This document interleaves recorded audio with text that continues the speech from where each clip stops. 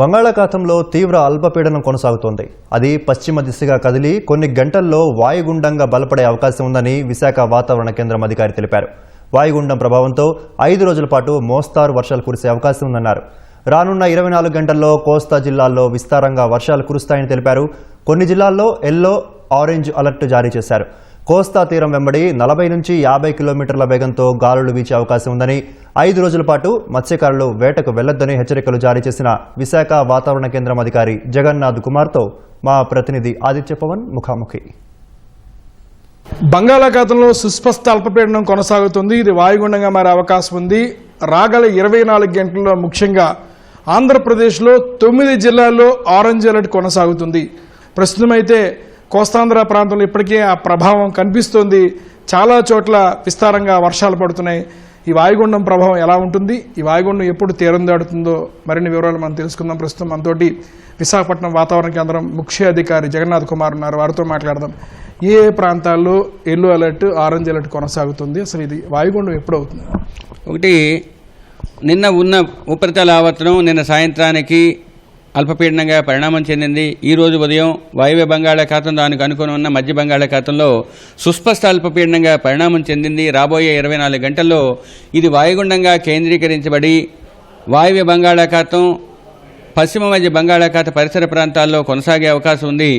రేపు ఉదయానికి దక్షిణ ఒడిశా, ఉత్తర కోస్తా ఆంధ్రప్రదేశ్ మధ్య తీరాన్ని తాకే అవకాశం ఉంది. ఈ రోజు నుంచి రాబోయే వారం రోజులు కూడా చెదురుముదురు నుంచి అత్యధిక ప్రాంతాల్లో వర్షాలు పడే అవకాశం ఉంది. ఈ రోజు ముఖ్యంగా కోస్తా జిల్లాలైన శ్రీకాకుళం, పార్వతీపురం మన్యం, విజయనగరం, విశాఖపట్నం, అనకాపల్లితో ఏలూరు, ఎన్టీఆర్, పల్నాడు, గుంటూరు జిల్లాల్లోని 1-2 చోట్ల భారీ నుంచి అతి భారీ వర్షపాతం ఉన్నందువల్ల ఆయా జిల్లాలకు ఆరెంజ్ అలర్ట్ జారీ చేశాము. అంటే 12 నుంచి 20 సెంటీమీటర్ల వర్షపాతం పడే అవకాశం ఉంది. ఇక అల్లూరి సీతారామరాజు, కాకినాడ, తూర్పు పశ్చిమ గోదావరితో పాటుగా కోనసీమ, కృష్ణా, బాపట్ల, ప్రకాశం జిల్లాలతో పాటుగా రాయలసీమ జిల్లాలైన వైఎస్ఆర్ కడప, నంద్యాల, కర్నూలు మరియు అనంతపూర్ జిల్లాల్లోని 1-2 చోట్ల భారీ వర్షానికి ఈ 24 గంటల ఆస్కారం ఉంది.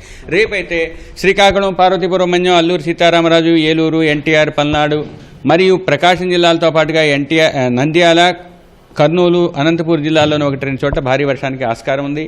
ఇక రాబోయే 5 రోజులు కూడా కోస్తా తీరం వెంబడి తీరం ఆవల ఈదురుగాలులు 40 నుంచి 50 కిలోమీటర్లు, గరిష్టంగా 60 కిలోమీటర్ల వేగంతో వీచే అవకాశం ఉంది.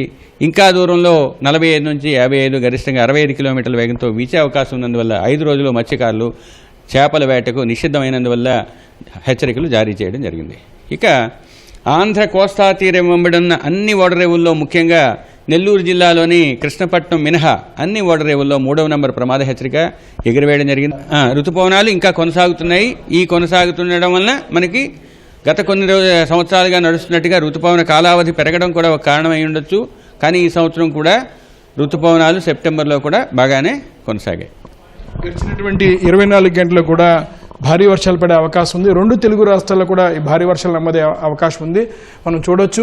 ఇక్కడ ఉన్నటువంటి ఈ పటాన్ని చూస్తే మనం పరిశీలిస్తే తెలుస్తుంది. ఇందులో ఈ ఎర్ర ఉన్నటువంటి ఈ భాగం అంతా కూడా 10 నుంచి 20 సెంటీమీటర్ల వర్షపాతం నమోదవుతుంది. నీలం ఉన్నటువంటి భాగాలు 20 సెంటీమీటర్ల పైబడినటువంటి వర్షపాతం పడే అవకాశం ఉంది.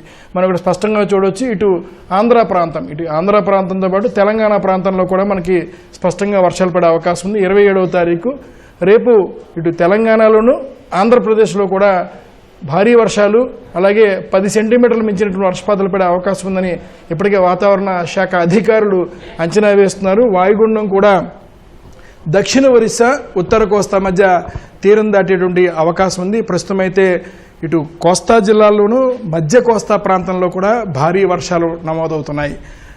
కెమెరా పర్సన్ ఎస్ శ్రీనివాస్తో ఆదిత్య పవన్, విశాఖపట్నం.